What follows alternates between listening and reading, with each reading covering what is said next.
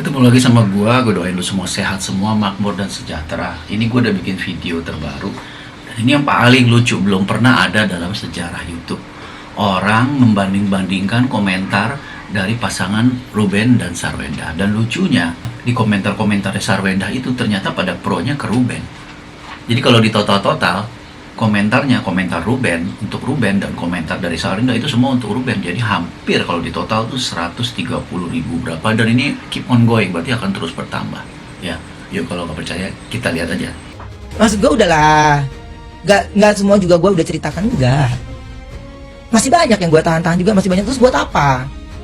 Tapi kalau lu kayak lagi main nih, lu ngomong, lo memang lu mesti keluarin itu. Mau nggak mau ya. Tapi kan kalau gue bahas lagi kisah kita sebelum bercerai, kan udah selesai, udah cerai. Nah ini yang dibahas adalah tentang ini gitu. Intinya cuma anak doang. Udah ketemu anak, ini udah gitu aja. Gitu. Tapi kalau memang akhirnya ini keras, ini kan sebenarnya kan harus ada yang lembut.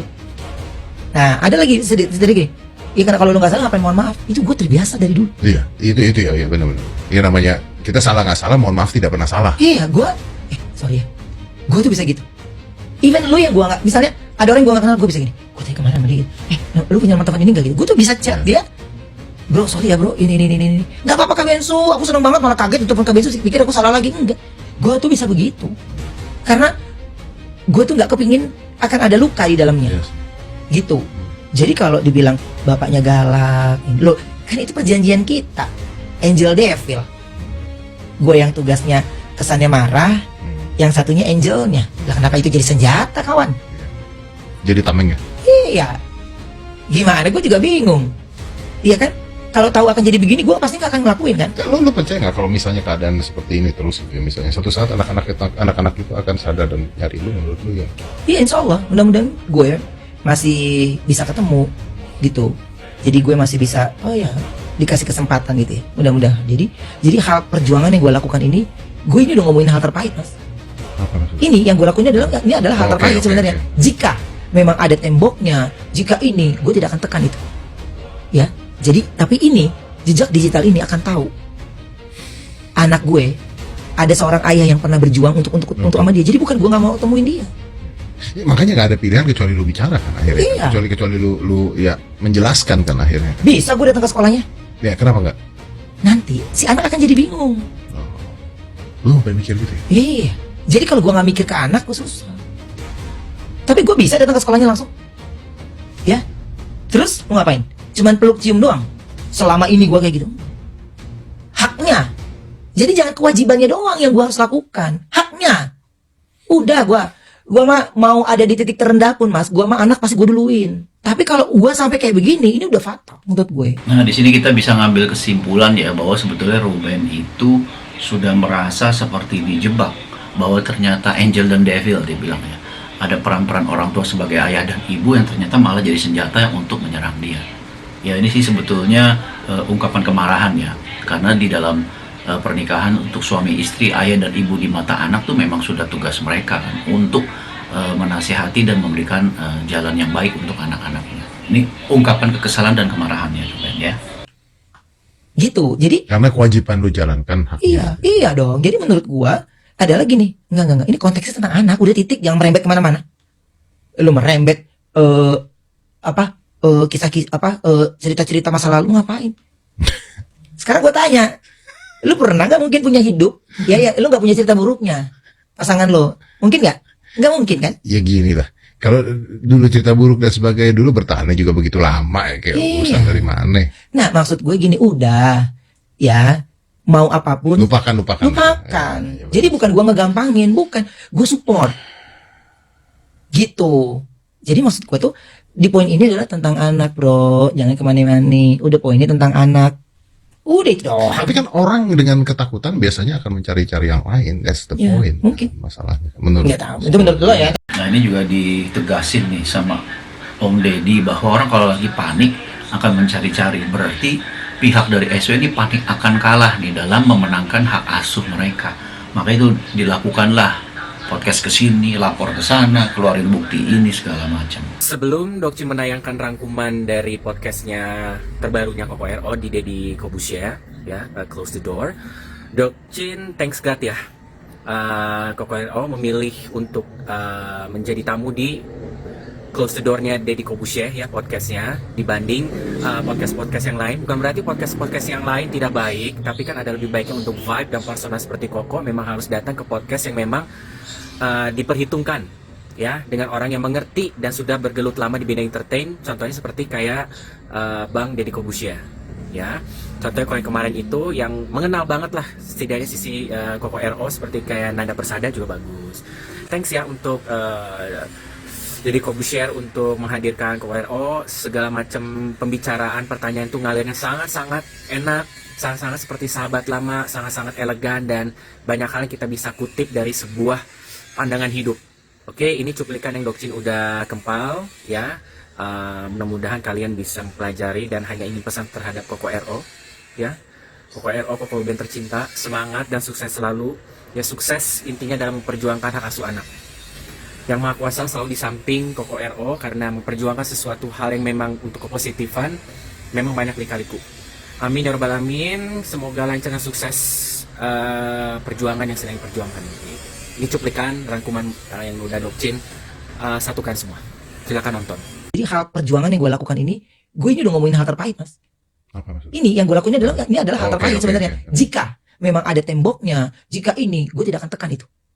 Ya, jadi tapi ini jejak digital ini akan tahu anak gue ada seorang ayah yang pernah berjuang untuk sama dia. Jadi bukan gue nggak mau temuin dia, itu terpaksa gue lakukan.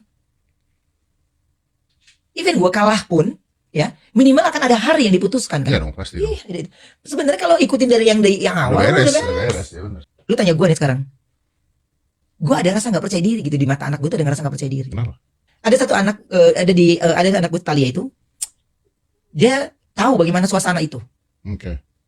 Ya, teriak-teriak dalam mobil, terima telepon, wah ngatain gue gitu. Ketika tutup telepon, itu rasa gue cuman gini, gagal gue. Oh shit. Gue ngomong apa? Jadi bukan anaknya tahu, anak udah tahu. Gue mau istilah gimana? Apa salah? Gue cuman mau, yang gue minta ini apa hal yang sulit. Tapi giliran gue ada keterlambatan bayar, ini lepas tanggung jawab, ini dimana? Wah, bener-bener lu rendah-rendahnya. Ada nih, kalau ya ini menjadi tayangan buat suatu saat buat mereka gitu ya. Ini adalah hal yang ya pertama minta maaf gitu, maaf untuk situasi yang terjadi. Tapi yang pasti ini semua adalah terpaksa. Salah satu cara ayah cuman ingin bersama-sama kalian. Jadi mudah-mudahan ya kalian diberikan kesehatan ya, kalian diberikan kekuatan, dan dalam doa ayah sendiri, nama kalian udah selalu nomor 1 untuk Allah jaga dimanapun kalian berada. Terus bahagia apa nih? Ya, sama-sama. Jadi podcastnya Ruben di Om Deddy ditutup dengan indah ya. Kita benar-benar terharu dengan kejujuran dan juga suasana yang nyaman lah antara mereka berdua.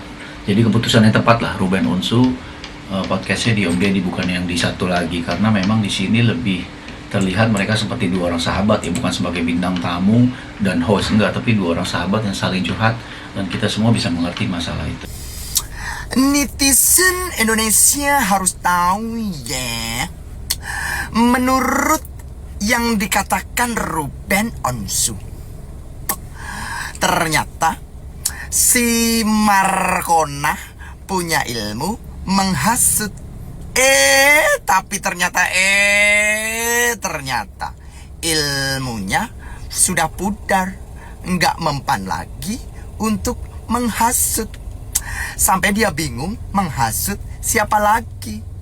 Udah hasut sono, hasut sini, sampai fanbase-nya Nyonyo pun diajak meeting dan disuruh ganti nama. Gemes deh gue. Jadi pengen nyupit ginjalnya Markona. Markona, gue nanya lu pergi kemana biar anak-anak. Nah ini masih belum paham nih karena nggak ada bukti ya.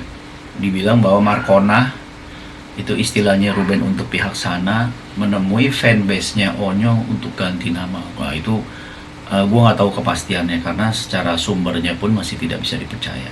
Nah ini kita akan lihat nih bahwa bagaimana komentar-komentarnya nih. Yuk komentar dari di podcastnya Ruben dan Dedi. Pemilihan podcast yang tepat kok Ruben. Podcast cerdas, nggak pura-pura bego nyiain dan nyikat sana sini. Nyikat narasumbernya pintar, bener kalau Ruben datang ke podcast sono, yang sono bikin blunder. Semangat kok. Oke, kasih semangat nih. Lebih enjoy nonton di sini, semua tamu dibiarkan cerita sendiri. Nah ini yang menjadi kelebihannya ya. Tamunya cerita, maksudnya di sini Ruben tuh cerita truk. Kalau yang di pihak sana, kalau misalnya yang gue lihat di sana itu kayak mesti dipancing terus kayaknya mikir aja. Di sana tuh kalau mau jawab ataupun bilang sesuatu mikir. Kalau di sini apa yang ada di otak Ruben, apa yang ada di hati Ruben dia keluarin semua ke Om Deddy. Kalau di SW itu sama Bang Denny kayak mikir, pas ditanya dia berpikir lagi, seolah-olah berpikir jawaban gue nanti salah gak ya, bener apa enggak nih. Itu yang terlihat. Maka itu gue bilang ini terlihat natural nih Ruben di sini, pas banget ya. Lebih enjoy nonton di sini, semua tamu dibiarkan cerita sendiri, nggak terlalu dicecar dengan pertanyaan yang padat. Menurutku konten ini ada klarifikasinya, tapi dengan caranya yang halus. Bener, gue juga ngerasain hal yang sama nih. Nah ini baru real, nggak banyak emosi, ekspresi, cuma buat ambil simpati. Apa yang ditanyakan dan yang dijawab juga nyambung, real, tulus apa adanya. Nah ini benar-benar oke nih ya. 20.000 lebih komentar, semuanya positif. Thanks buat semuanya dukung RO. Ini komentarnya yang baru ya, terbaru hari ini. Nanti pasti akan keep on going, pasti akan bertambah lagi nih komentarnya Ruben. Orang sebaik ini dapat istri kayak iblis. Ya Allah Bang Ruben, semoga hal iblis dicurahkan padamu. Ya nggak kayak iblis juga sih ya. Tapi ya mungkin itu kan pendapat orang beda-beda ya. Pendapat orang bebas kok ya.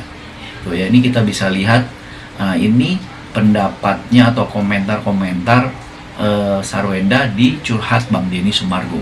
Ya, ini terlihat ini 6 hari yang lalu ada 111.576 komentar. Ini juga pasti akan terus berjalan. Nah, yang paling unik adalah dari komentar-komentar ini, semua komentar-komentarnya pro ke Ruben. Dari 111.000 sekian, itu komentarnya ke Ruben semua. Beda waktu Ruben di Deddy Corbuzier, itu komentarnya pro Ruben. Jadi percuma juga Sarwenda bikin podcast tapi pro-nya ke Ruben semua nih. Kita bacain kalau nggak percaya. Boleh dari point of view Ruben kok dibikin biar clear netizen mencernanya, pro Ruben. Yang merasa nggak percaya jempolnya mana? Pro Ruben lagi. Ini kita lihat lagi terus ke bawah. Iya ada lagi. Semuanya tuh herannya tuh kenapa komentar-komentarnya pro Ruben. Saya seorang ibu tapi kali ini 1000% mendukung seorang ayah. Baru kali ini lihat podcast bukan karena podcastnya tapi mau lihat komen netizen. Aku perempuan dan seorang ibu dukung seorang ayah.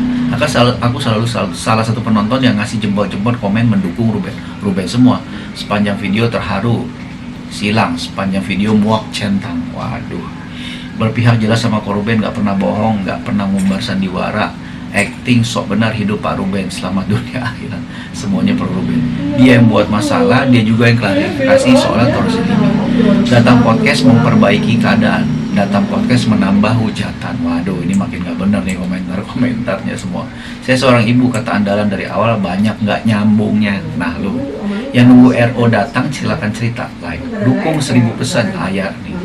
Dari sedih beberapa menit yang belum. Tim muak sama ucapan Sarwenda. Waduh, ini bener-bener gila nih, komentarnya gila-gila semua. Bikin kita jadi tercengang. Klarifikasi apa nih? Ini namanya membela diri. Tetap dukung Ko Ruben. Yang gedek melihat mukanya si S sini ngumpul-ngumpul. Waduh, ini makin gila. Tuh, padahal anaknya dibully karena ulah sendiri tapi merasa paling tersakiti. Wah, ini benar-benar gila bener. Komentarnya bener ya seperti gue bilang ya. Sarwenda ingin mendapatkan simpati tapi malah mendapatkan antipati. Jadi komentarnya Sarwenda di Deddy Sumargo digabungin sama komentarnya Ruben di Om Corbuzier, itu mungkin bisa sampai 500.000, setengah juta. Karena ini masih akan berjalan nih. Baru 6 hari 111.000. Ruben baru 2 hari atau sehari itu 23.000. Kalau nunggu sampai sebulan atau bahkan tahunan, komentarnya pasti lebih banyak lagi. Jadi mudah-mudahan kita lihat saja tanggal keputusan dari hasil mediasi sidang hak asuh ya. Semoga yang terbaik untuk mereka berdua. Udahan dulu.